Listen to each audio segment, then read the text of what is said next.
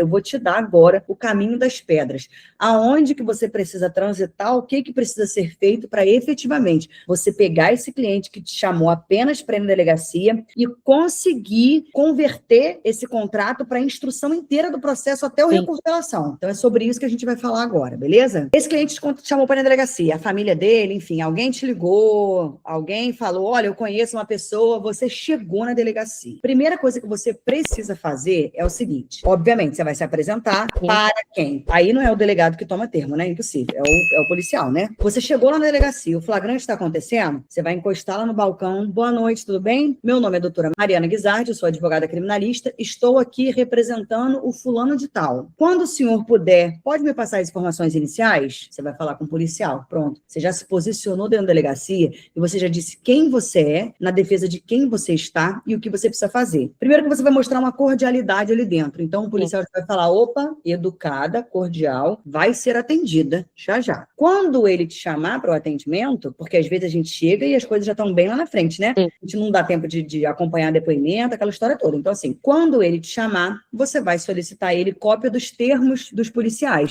nesse contexto de uma prisão por drogas, então quem prendeu foi a polícia. De posse dos termos dos policiais, o que você vai fazer? Posso agora me entrevistar com o meu cliente? Pode. Então você vai ser levada lá na carceragem. Por que você também precisa chegar na delegacia e falar isso que eu te falei? Por quê? Tem mais pessoas ali dentro. Não tem só o cara que tu foi atender.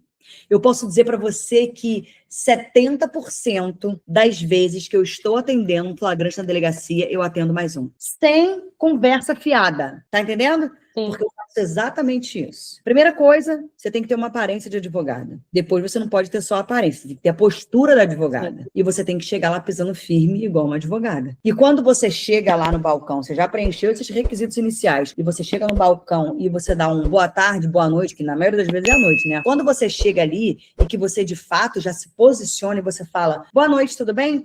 Meu nome é Mariana Guizardi, eu sou advogada criminalista e estou na defesa do fulano de tal. Quem está acompanhando o flagrante? Aí o policial vai se manifestar ali, se tiver só um, enfim. Policial, assim que estiver disponível para conversar, o senhor pode me chamar por gentileza para eu tomar ciência de tudo que tem aí dentro já do inquérito? O cara vai falar, opa, a maioria chega aqui numa brutalidade, numa ignorância, quero ver os papéis, quem já falou? Porque eu vejo isso, né, os advogados fazendo, acho uma grande idiotice isso. Cada um com seus problemas, é aí que a gente ganha mais cliente, é no erro deles, né? A gente está aqui para poder fazer diferente. Quando você se posiciona assim, e aí tem um monte de familiar, porque é plantão, delegacia lotada, preso, chegando, aquele auê todo. Minha amiga, quando você entrar e se posicionar desse jeito, tenha certeza absoluta. Pelo menos uma dúvida de alguém tu vai tirar ali fora. Você é advogada? Sim, sou advogada. Você pode me ajudar? Claro, senhora, claro que sim, pode falar. São consultinhas gratuitas que estão ali, mas podem render ótimos contratos.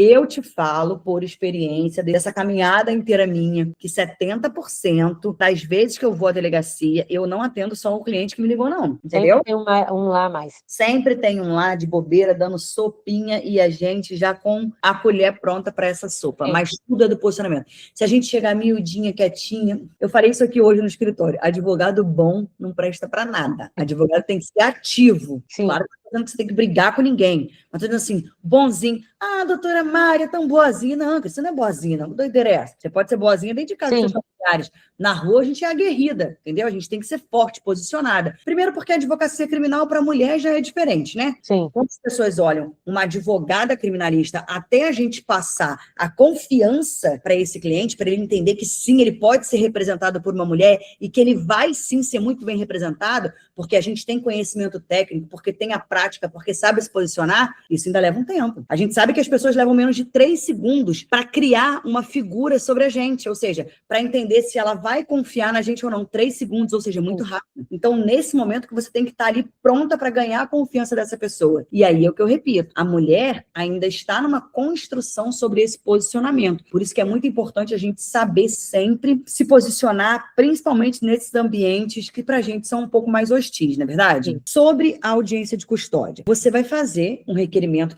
uma solicitação para os familiares ali sobre aquelas documentações. Às vezes a pessoa não tem quase nada, né? É um problema seríssimo, mas às vezes tem bons... Então, você vai solicitar aquela documentação ali, o documento pessoal. Se tiver uma carteira que já foi assinada no passado, também é bom, porque comprova que essa pessoa não tem uma prática reiterada, entendeu? Que ela trabalhou e tudo mais. Se tiver algum tipo de doença grave, esses laudos médicos em relação à doença, se toma medicação, juntar o receituário. Se tiver filhos menores de 12 anos, entende? Se tiver algum tipo de declaração de trabalho, uma comprovação, olha, eu trabalho com vendas, eu tenho um Instagram, printa essas páginas e coloca lá para comprovar que essa pessoa não tem vínculo com atividades criminosas, que ela tem a própria fonte de renda dela, e aí vai preencher os requisitos, ainda que subjetivos, para concessão da liberdade dela, lá na audiência de custódia, certo? Tudo isso você vai explicar para o cara ali na carceragem. Lembrando que você está sempre falando para 10, entendeu? O cara que está do lado vai falar assim, ué, meu advogado veio aqui agora, não me pediu nada disso, cara, como é que ele vai para audiência comigo sem nada disso? Ó, eu tô falando que isso acontece comigo direto. De eu pisar na delegacia, isso acontece. E aí o cara fala assim, doutora, minha família tá aí fora, fulana de tal, fala pra elas que eu pedi pra conversar com você, com a senhora, sei lá, entendeu? A gente não quer pegar cliente de ninguém, mas se o cliente quiser, aí o cliente decide, né? Bom, o jogo é o jogo. Tá lá conversando com esse cara na carceragem. A gente vai falar com ele sobre a audiência de custódia? Ótimo. Vá com o tempo. Porque o que eu te expliquei agora? Se você deixa claro pro cliente que você sabe qual é o próximo passo e você diz pra ele, ele vai confiar em você. Você sabe por que muita gente não avança? Eu vejo isso. Muita gente não avança do atendimento do flagrante, às vezes nem pra custódia. Ou quando chega na custódia e não consegue a concessão da liberdade, o cliente não contrata pra instrução. Eu vou te dizer o porquê. Exatamente porque o advogado ou a advogada não foi sincero, não foi transparente. Porque se ele for transparente, tenha certeza de uma coisa, o cliente vai falar, olha, não é porque ele não sabia ou ela não sabia o que fazer, é porque realmente, inclusive a advogada me explicou tudo lá na delegacia que poderia acontecer. É aí que você ganha a confiança do cliente para ele continuar com você. Então, se você já está lá na carceragem conversando com ele, o delegado já despachou pela prisão, a gente vai para uma audiência de custódia, você vai falar para ele o que vai acontecer na custódia, entende? Olha, juridicamente, tudo que for possível, eu farei para que o juiz conceda a você o direito de responder esse processo em liberdade. Mas você sabe que essa decisão é do juiz, não é nossa. E depois da custódia, também existem outras possibilidades. Pronto, entendeu? Você já disse para ele que não vai acabar a vida dele ali. Dali para frente, ele tem outras chances ainda. E aí você vai falar o que com ele? Que agora que talvez ele não seja a pessoa que você precisa dizer isso, talvez sejam os familiares. Essa outra parte que eu vou te falar agora. Mas se ele for o seu contratante, se ele que vai te pagar, ali você já tem que engatar nesse próximo tempo. Eu sempre cobro. Olha, só fala assim, quanto você cobra, doutora, para vir aqui agora na delegacia? Bom, deixa eu te explicar uma coisa, senhora. E aí eu gosto de mandar um áudio, porque depois não pode dar de desentendido, que não sabe o que foi dito. Além do áudio, eu mando um textinho com a proposta de honorários. Proposta de honorários, acompanhamento em delegacia e audiência de custódia, X mil reais. Cada um com a sua realidade, Mari. Eu não quero para você cobrar o que eu cobro, não é assim que funciona o jogo, entende? Cada um dentro da sua realidade. É claro que você não vai cobrar uma merreca também, porque se você se colocar o patamar muito baixo, você não sai dele mais. Vai ser sempre a advogada barata. Barata. Vão te contratar porque você é barata, não porque você é boa. E aí você não vai prosperar, não vai avançar. Então, o que você tem que fazer? Você tem que pegar a média dos valores da galera daí, entende? Quanto que fulano cobra? Fulano é muito foda. Quanto que fulano cobra? Fulano tá cobrando 5 mil, hipoteticamente. 5 mil para fazer delegacia e custódia. Beleza, bom, 5 mil eu não tô nesse patamar ainda. E o cara mais caidinho, que vive ali na delegacia, que não conseguiu nem... Cobra R$1.000. Cobra R$1.000. Pronto, então eu cobro 2, 3 mil reais, dependendo do cliente. Entendeu? Tem cliente que você vai falar, bom, 2 mil eu acho que a família paga. Bom, 3 mil eu acho que paga. Você não é nem um baratinho de 1.000 menos 1.000, também você não tá no cara dos 5 mil reais ainda. E tem muita gente que não tá no cara dos 5 mil reais. Não se sinta desprestigiada, não. Eu vejo muita gente falar bobagem na internet. Estou cobrando tanto. Balela. Balela. Tá de conversa fiada. O jogo não é bem assim, não. Entende? Então, assim, a gente tem que ter também a nossa balança interna, não é verdade? Então, você vai definir um valor ali para você de audiência de custódia e acompanhamento de delegacia. Porque eu quero te dizer o seguinte, não modifique o valor que você ofertou. Nunca. Eu vou te dizer o que você pode fazer e eu posso te mandar um print porque eu fiz isso hoje. Eu estou o dia inteiro analisando um processo de tamanha complexidade de estelionato lá de Brasília. Eu passei o valor dos honorários. Eu pedi um valor de entrada e as parcelas. Vou te falar também sobre essa questão das parcelas. Ela devolveu para mim e falou assim, tem como a gente quebrar esse valor da entrada? eu vou te dizer o que era o quebrar. Era reduzir. Não, mas isso aqui não é feira, então não tem como quebrar. Quebrar não existe, entendeu? O que você vai falar? Olha, o que eu posso fazer é pegar esse valor da entrada e colocar em 2 vezes. Vou te dar um exemplo. Eu cobrei 30 mil nesse processo de hoje. Eu falei que eu queria 10 mil de entrada e 10 parcelas de R$ 2.000, porque eu acho que é o tempo que esse processo vai levar para chegar na apelação. Ela respondeu para mim o seguinte: tem como quebrar esse valor da entrada? Aí eu fingi de doida e entendi que era dividir em 2 vezes. Falei, o que eu consigo fazer é você vai assinar o contrato, você vai pagar 5 mil, 30 dias você paga 5 mil e depois dos 30 parcela. você vai colocar as parcelas lá para frente. O que você fez com isso? Você deu uma sensação de ganho para esse cliente, entendeu? Ele vai se sentir confortável em fazer os pagamentos e você vai continuar esse contrato. Para que aflição de querer muito dinheiro? Eu adoro parcela.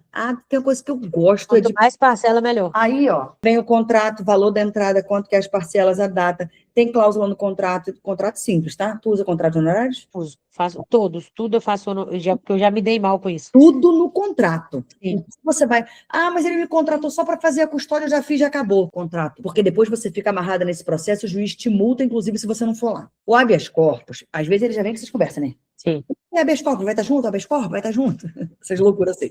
Eu falo sempre, olha, o habeas corpus é um instrumento para estratégia. Então, a gente tem que verificar qual é o melhor momento para ter a estratégia para a gente impetrar esse HC. Mas já está incluído no seu contrato, sim. Você pode pensar agora assim, porra, eu tô perdendo dinheiro. Não tá, Mari, não tá. Não, eu fiz isso nesse último, que foi a tentativa de homicídio. A gente passou o valor e aí eles ficaram perguntando. Eu falei, não, o HC ele já tá no meio e no momento certo a gente vai fazer e vai protocolar ele. Você tá indo muito bem, então. E aí eu vou além. Você trabalhou o processo inteiro, certo? Você tentou o HC, importa se o cara tá solto, tá preso, você tá no processo até o final. Quando você vai fazer as alegações finais, todas as suas razões, os seus motivos para absolver de algum crime ou para aplicação de uma pena menor não já estão ali? Tu não já pensou, não já raciocinou juridicamente? Sim. Então, o teu contrato não faz sentido você deixar a apelação fora dele. Porque o cliente não sabe Sim. que depois da sentença, o prazo é muito curto para ele poder recorrer dessa sentença, para ele apelar. Os meus contratos compõem tudo isso. Aí você fala, depois da apelação, cabem outros recursos sim. Aí sim, esses a gente pode combinar mais à frente e fazer um contrato específico para esses recursos. Sim. Mas nós estaremos juntos, eu sempre uso essa frase, nós estaremos juntos daqui até o recurso de apelação. Se o juiz, aí eu explico o que é. Se o juiz der uma sentença que a gente não concordar, a gente recorre. E o nome desse recurso é apelação. E eu vou lá no tribunal, boto essa roupa preta e sustento o meu pedido. Então, dentro do meu contrato, tem o recurso de apelação e a sustentação oral da apelação. Daniele, você já falou que fez, né? E fico com receio. Tem que fazer. Faz parte da advocacia. Tem que treinar. Tem que fazer. Faz parte do combo e coloca a gente em outro patamar. 10% dos advogados sustentam. 10%. Haja vista, tu pega as pautas e você assiste a sessão. 10% vai sustentar. A gente tem que estar no diferencial, minha amiga. É ali que está o extraordinário. Quer viver o extraordinário fazendo a mesma coisa? Não dá. Não.